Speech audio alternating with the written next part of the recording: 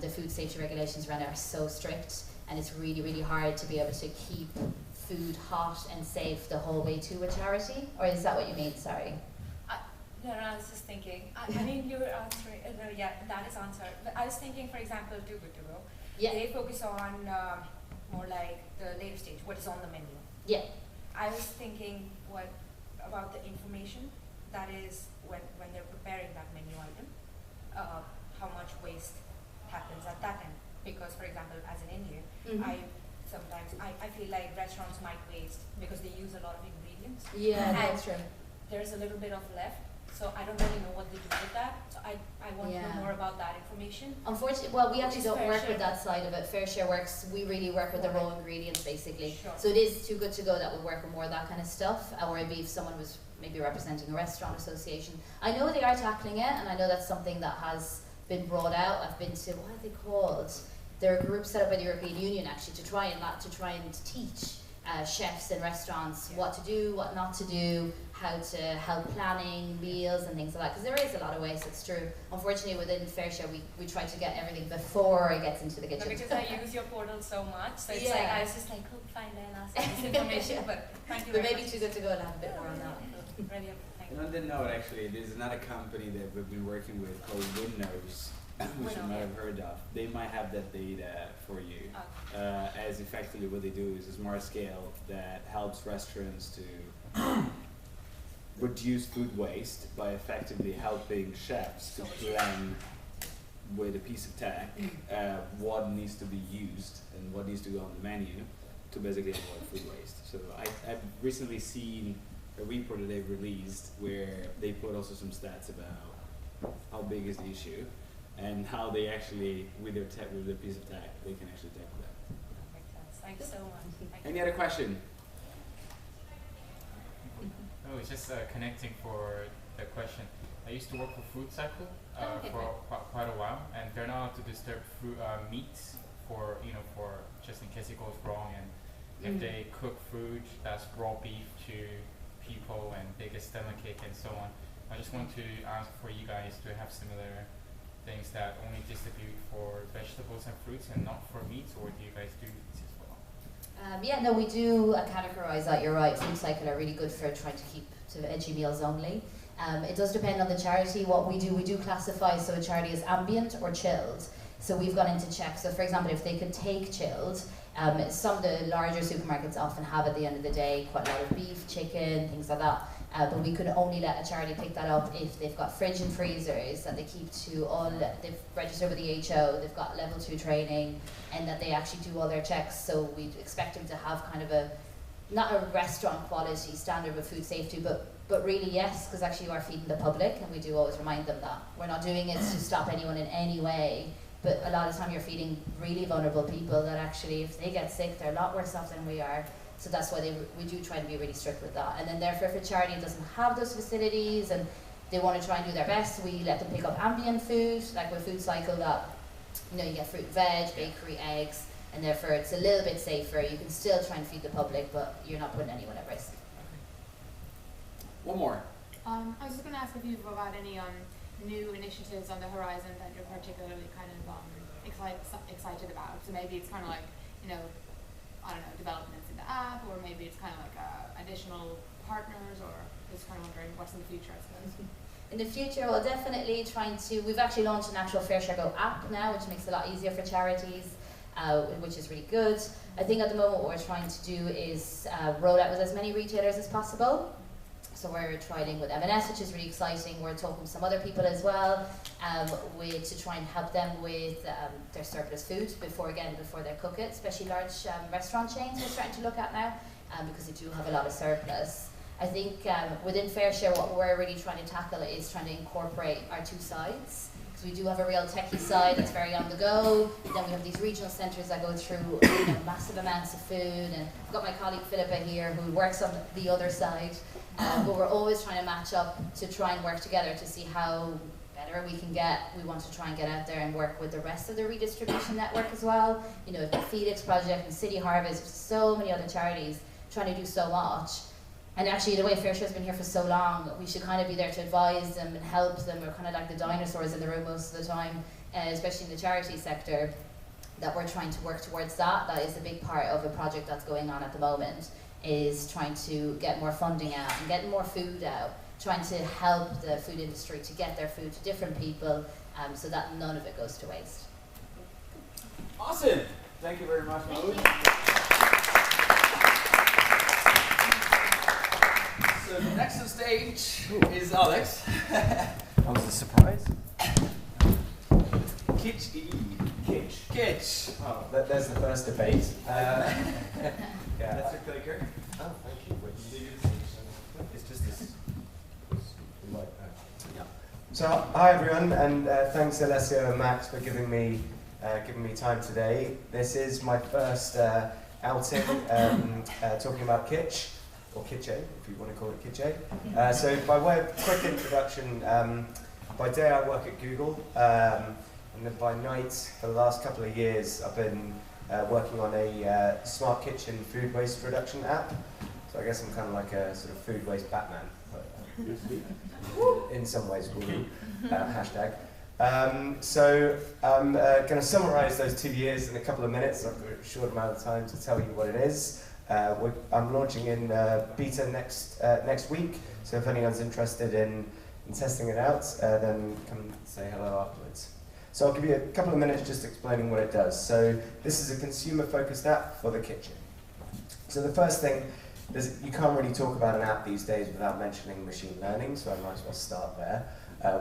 We've incorporated a OCR engine, so optical character recognition, which you can see on the left, which is optimized for all the UK supermarkets. So essentially you go shopping, you snap a picture of the receipts, and then it's going to bring in all the data, all the product information, pricing, and so on and so forth in one click. Super simple, very sort of Snapchat, Instagram-y style. And then in the middle, you'll see the results. So we've cleaned up all the results and database matched it, so you get a nice clean set of results. We've categorized each product: dairy, fruit, veg, meat, fish, etc. And we've associated a push notification reminder based on those categories. So there's quite a lot of stuff going on in the background. So then on the right, you see essentially you've got a digital version of your kitchen. So you've never got that moment when you're out and about going, what have I got in the back of the fridge, or in the cupboard, or in the freezer, and so on and so forth. And then in amber and red, you see there sort of how close to your reminder you are. Now this isn't use by, sell by. I'm not getting involved in that. This is just a helpful reminder about your weekly shop and the food you've got to make sure that you use it. And then on the left here, so you can swipe any product to say you've tossed it. And then in the toss section, you've got a sort of week by week summary of how much money and how much food and what food you're wasting. So kind of like a smart thermostat, like a Nest smart thermostat. There's a bit of gamification. So, hey, Alex, well done. This week you've only wasted £2 on food. You're getting much better. That kind of thing. And then on the right, we've got smart, personalized recipes based on those products you've got at home. So you kind of click on products, and then you'll get recipes to use those up. So quite a few different things going on in that. If it works, I can show you a very quick video that I cobbled together. Let's see if it does work. And I can show you all a live demo afterwards, of course, as well. Cool. It does work. Woo-hoo. So this is the process of snapping the receipts. It's an old wrinkled Morrison's receipt. You can crop it, you don't have to, it just makes it a little bit quicker. And now kind of all the magic stuff is happening. And bang, there you go, there's all the results, categorized, as we mentioned, with all the reminders. And there it is. And then this is the recipes section, filtering using 3 of the products you've got. And bang, you've got all your recipes, localized for the UK, all the instructions, so on and so forth. And then I think now you're going to see multi-delete, so similar to email, you can delete the products, of course. And here is the swipe that I mentioned, the sort of tossing action. You say how much of it you threw away, and then that's all prorated, so the price will prorate down, and there's your toss section. So that's it in a nutshell, in 2 minutes, something or other. And happy to talk afterwards, give you a live demo, and if anyone is an Android user and interested to beta test, please let me know. Thank you.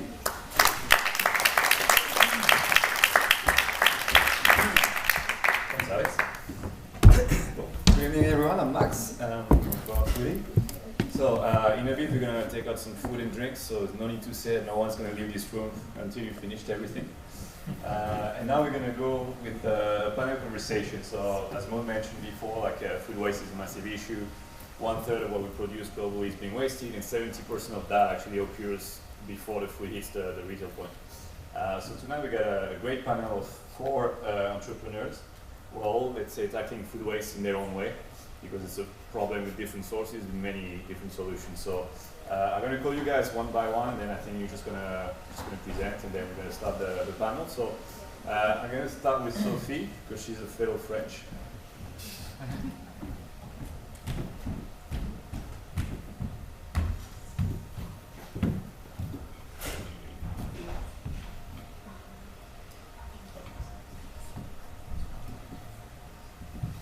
Hello everyone, my name is Sophie.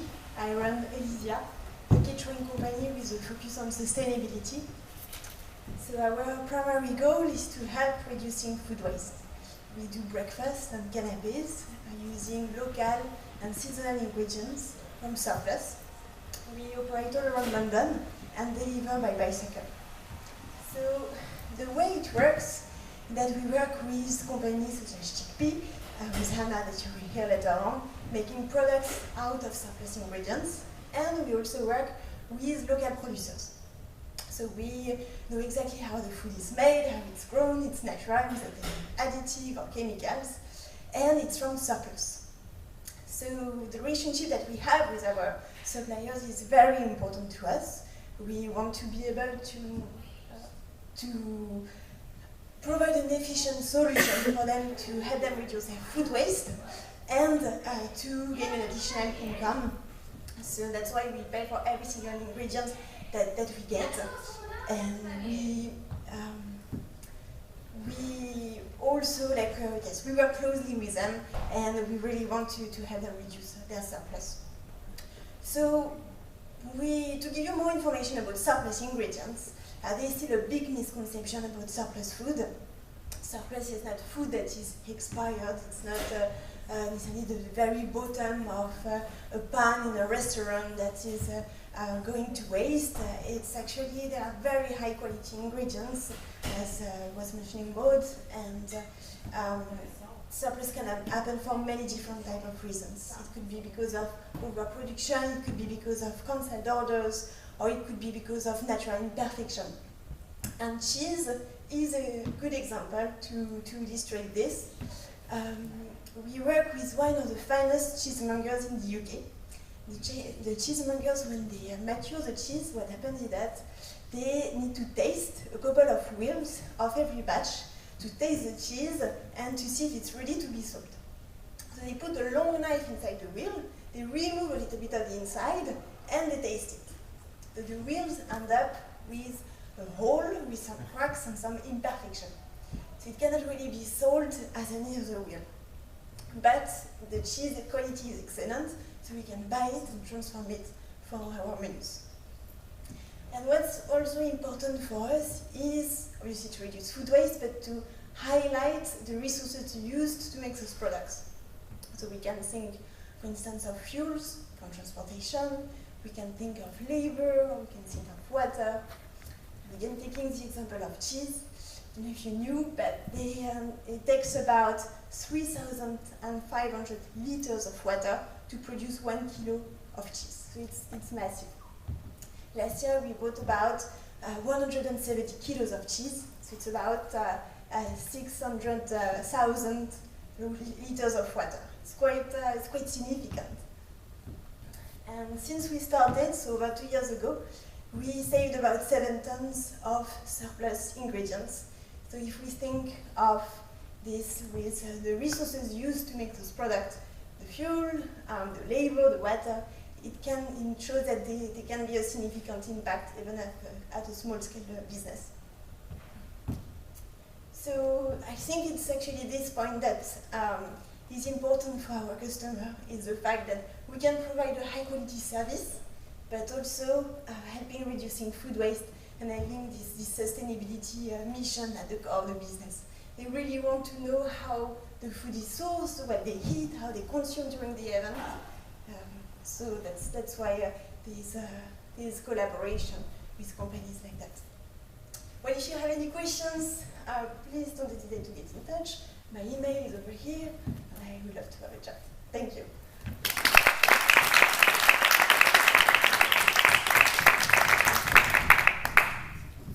So next on stage, Jamie from Too Good To Go.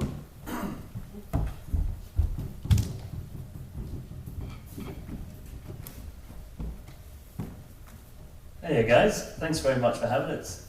So I'm Jamie, one of the co-founders of Too Good To Go, which, and we're a mobile app which is all about addressing food waste. So what do we dream of? We dream of a world with no waste. And really what it is about engaging people on the topic of food waste. So what it is, really simply, it's a mobile platform, it's a free app that connects consumers with retailers who have surplus food for sale. So really, really simple in that sense. What a user does is they log onto the platform and they purchase a surplus meal, then head to the store at an allotted collection window, show a mobile receipt and get a load of awesome food which would otherwise be thrown away. So the reason why we're doing this, as I say, is about reducing food waste. So it's been touched on already that over a third of all food is wasted. So that's like 1.6 billion tons of food a year. If we look at the hospitality sector in the UK, it's about 600,000 tons. When we talk about the impact of food waste from an environmental perspective, I think it is actually like shocking when you realise that it equates to 8% of all greenhouse gas emissions. And that's not just food production, that's food wasted, which is mental, it's ridiculous. We can then see it from like a food insecurity point of view, and that's been touched on by FairShare, which is just, the fact that we're wasting this food is ridiculous in the first place when we've got, about 870 million people going hungry each day, compounded by the fact that it's costing us money. Like, why are we spending this money on food waste? In the UK alone, last year we spent 16 billion pounds on throwing food away, which again just doesn't make sense. When we look at how much that is costing us, from an individual perspective, it's mental as well. So why are we throwing this food away? And this is really what we're about, which is about changing this. So in terms of how the app works, again, it is about addressing food waste. So we've developed this concept called the magic bag, which is quite fun, and it's about making food waste engaging. It's about making it approachable. It's about making it kind of fun as well, because we can stand here and say all these doom and gloom statistics about it, but really I think to really make positive change, we've got to be fun, right?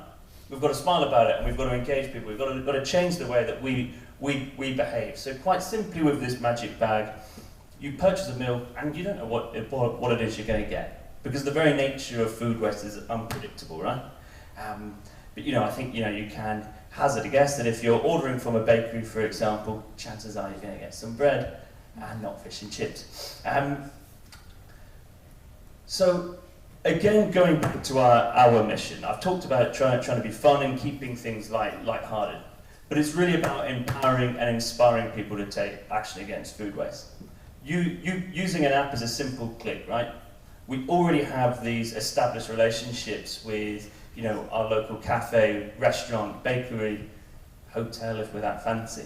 And we have these trust relationships. So it's really simple to go and rescue food which would otherwise go to waste and start our own personal journey on being more aware and more conscious. So, really it's just a quick call to action, guys. Come and join us.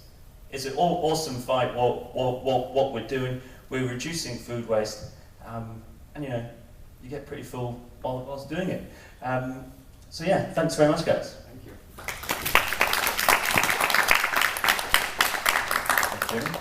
So next we get Hannah from Chicp, making amazing hummus. You have the chance to taste afterward.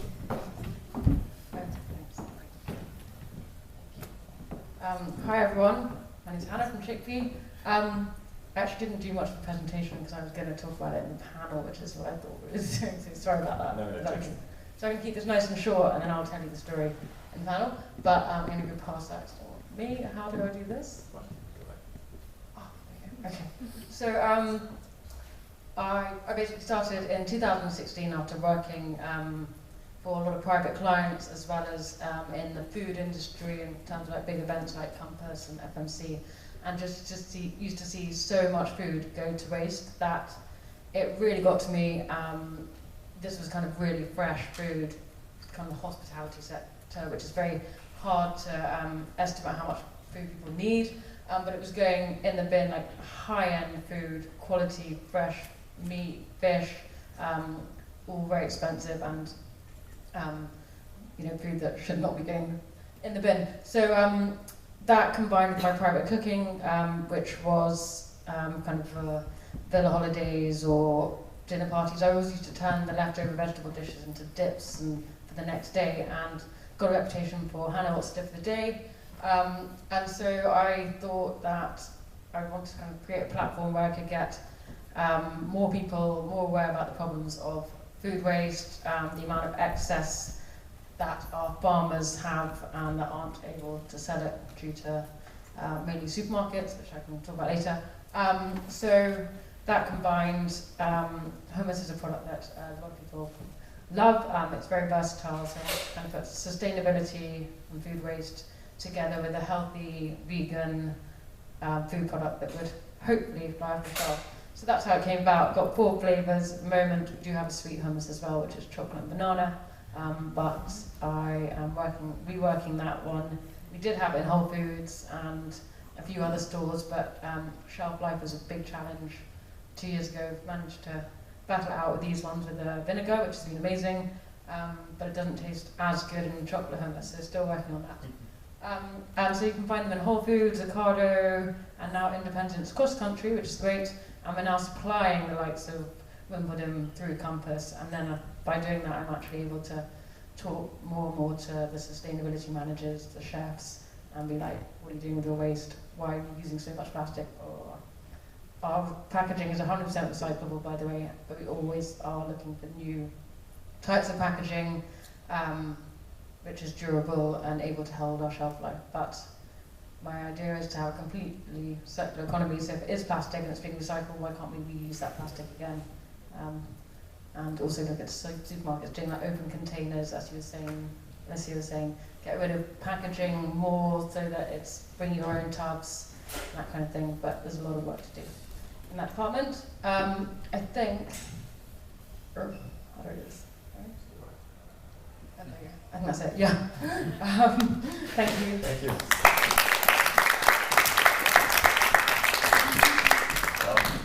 Next is Dan. It's been quite a star on the BBC in the past few weeks. He also said no to Dragon's Den. Hello everyone. Like Hannah actually, I prepared nothing. But so yeah, tell you about Seachips. So Seachips are the UK's first handcrafted Samsky crisp company. Pretty weird, I know. So we take it from a source which normally gets wasted, we upcycle it, and we transform it into 3 different flavours. So we've got salted, salt and vinegar, and lime and chilli. And we then donate 10% to ocean charities, and we try to run ocean cleanups up and down the UK as well. So of course the product is quite niche, and we're tackling probably kind of a smaller segment of food waste. So our focus is on seafood mainly, and right now it's the skin. In terms of the product, obviously we are the first. But it's very popular in places like Asia, where it's more of a staple snack, in Singapore, for example. And I guess I was more of an accidental eco-warrior. Like, I set out to create a really cool product because it was getting wasted when I was a chef. We used to just throw it away when we baked it. So instead we started to crisp it up and garnish dishes, and people loved it and encouraged us to basically bag it up. And eventually we did. And when we started to ask fishmongers for salmon skin, they're like, why do you need the salmon skin? So it started from, we get a couple of sides of salmon skin, and then we're ordering like 100 kilos a week. Like, what are you doing with the salmon skin? So eventually we had to start paying for it. And then as we just kind of did a bit more research, just turns out everyone's throwing it away. So every smoked salmon processor just throws it away. So we were like, why don't we obviously link up all these people and get them to send it? So at first, I had a small production kitchen facing my garage. The problem was everyone was sending me salmon skin, so I just had like salmon skin arriving on my doorstep every day. And obviously when we were about to stock places like Whole Foods and Harrods and stuff, we couldn't keep doing that. We had to know our whole supply chain. So now we know exactly where to get it from. We have one consistent supplier, which it would have gone to waste. So yeah, as we've grown, we've had to really work out our supply chain. The crisp themselves, again, just so happens, totally accidental. They're super high in protein, 62% protein, making them one of the highest protein snacks on the market. We add nothing. So our light salty flavour is literally salmon skin and salt. So again, that happens to kind of fit perfectly into where the market's going, which is high protein snacks. Also, one bag contains all the omega-3 you need for one day. So if you're not kind of a big fan of fish, you don't want to eat a whole fillet, just eat a bag of Seachips. And what else? Yeah, the charities obviously want to address another hot topic.